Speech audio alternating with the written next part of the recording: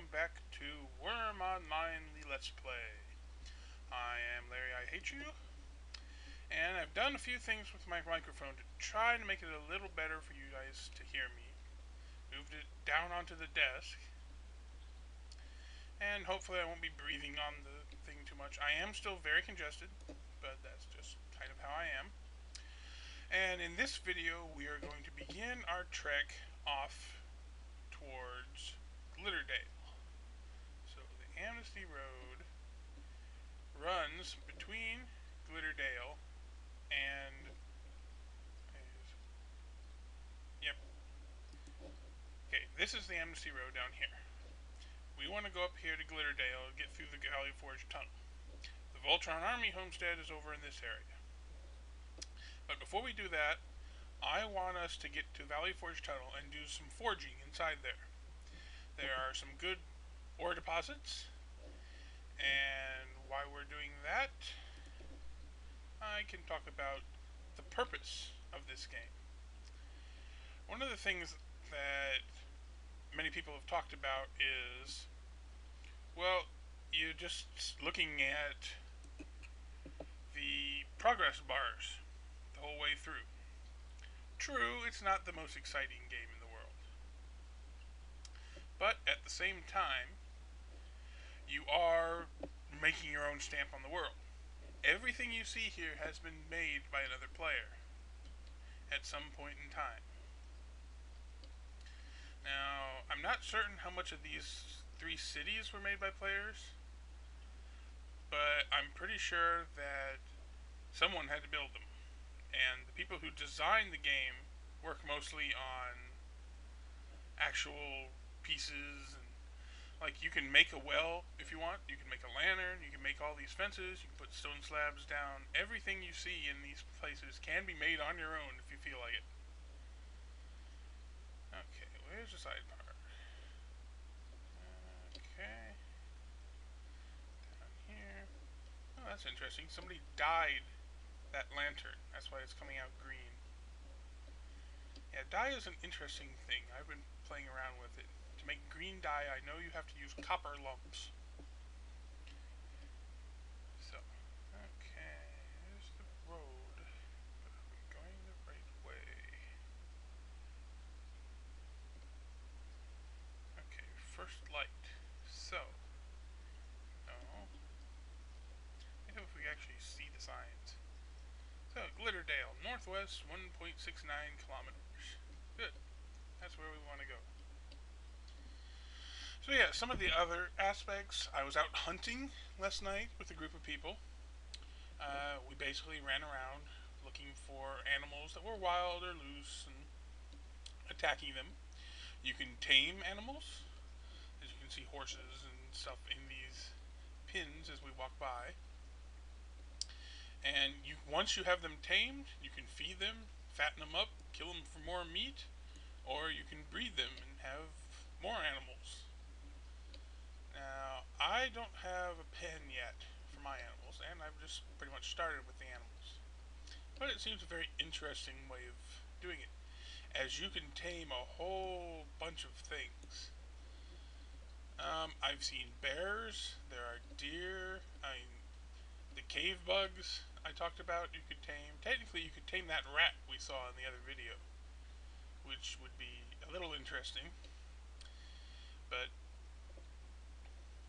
and another thing about the trees we talked about the other day. One thing to note is when you're looking for wood, don't go after fruit trees.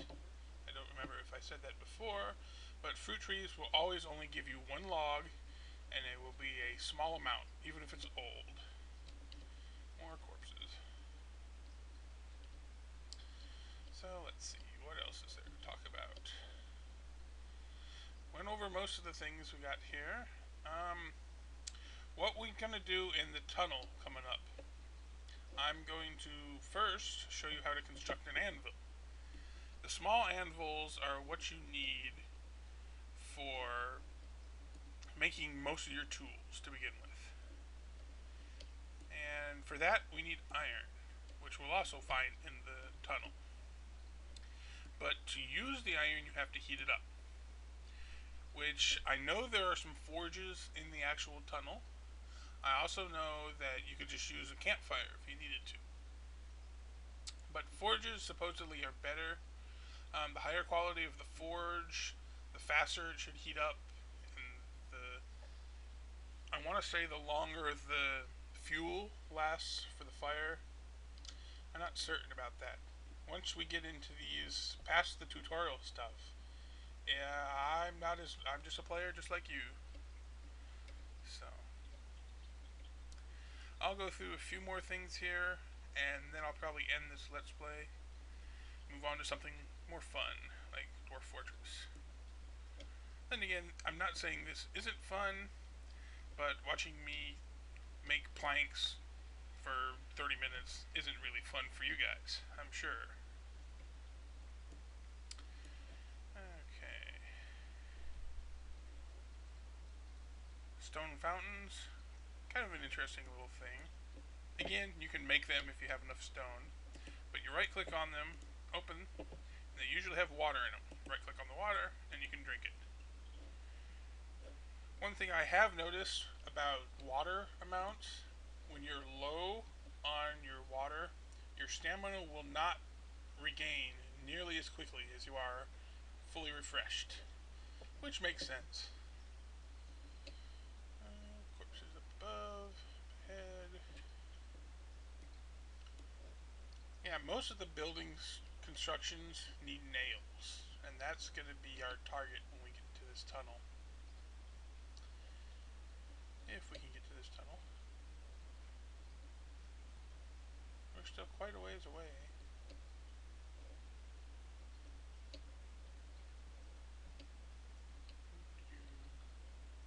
Somebody's building.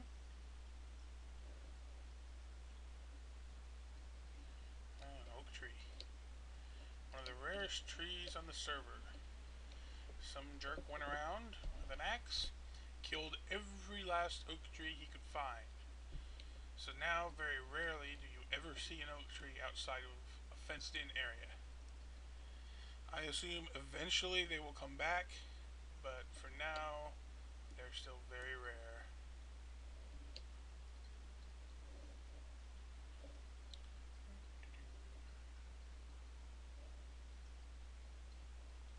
Oh, another thing about bushes and fruit trees, they come into season. Now you need a sickle to harvest from them, but this changes every, I want to say a week. Right now, roses, lavender, and maple syrup are in season. Now we don't have a sickle, but we can add that to the list of things to make in our forge coming up here. I say that's probably the three most vital things to start off with, is your nails, your anvil, and your sickle. And sickle will allow you to also get flowers and trees to replant what you cut down, which is usually the suggested way of cutting wood. You just go out and start chopping wood. The locals might get a little upset with you, myself included, if you're at the Voltron homestead. Already running low on time. Well, not quite going to make it to Glitterdale, I don't think.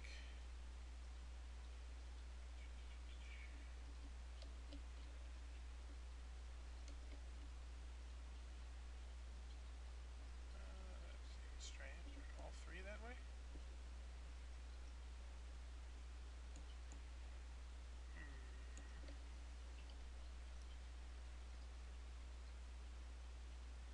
I don't know which way is north. New Dawn is east. Glitterdale's north. First Light is southeast. So, well, either way, we'll deal with that next video.